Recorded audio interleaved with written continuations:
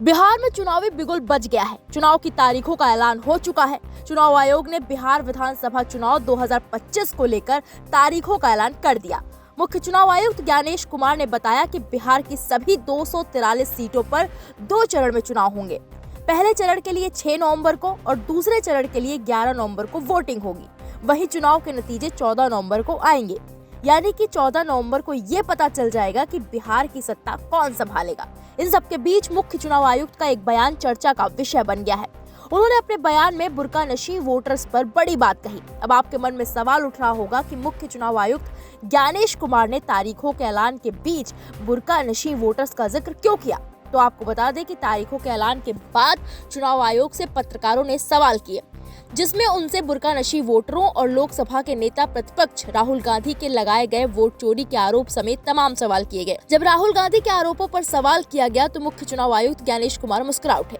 उन्होंने मुस्कुराते हुए जवाब देते हुए कहा कि 30 सितंबर को अंतिम SIR लिस्ट जारी की गई थी, जिसमें अयोग्य 69 लाख नाम काटे गए थे। चुनाव की पूरी प्रक्रिया चुनाव आयोग की देखरेख में होती है, जिसमें कानून का पालन किया जाता है।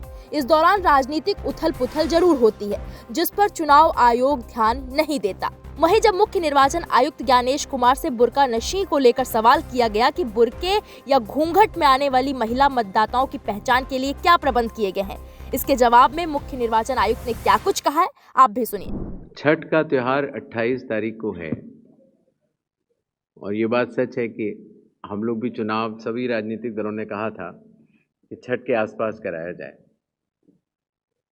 तो शीघ्र कल ही तो हम लोग बिहार से लौटे और जल्दी से जल्दी चुनाव की घोषणा हो रही है, लेकिन उसमें मिनिमम पीरियड रहता है। जैसे नोटिफिकेशन के बाद नॉमिनेशन का समय होता है, उसके बाद कन्वेंसिंग का समय होता है।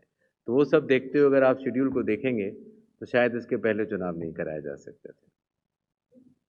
जहाँ तक बुर्का नशीन की बात हो रही है, पर्दा नशीन लेडीज की, तो आइडेंटिटी के लिए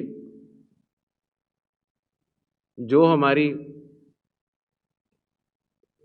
आंगनवाड़ी सेविकाएं हैं वो हर बूथ पर उपलब्ध रहेंगी और आवश्यकता पड़ने पर उनकी चेकिंग होगी। कमीशन के निर्देश इसमें पूर्णतः स्पष्ट हैं कि पोलिंग स्टेशन के अंदर किस तरह से आइडेंटिटी का वेरिफिकेशन होता है और उनका कड़ाई से पालन किया जाएगा।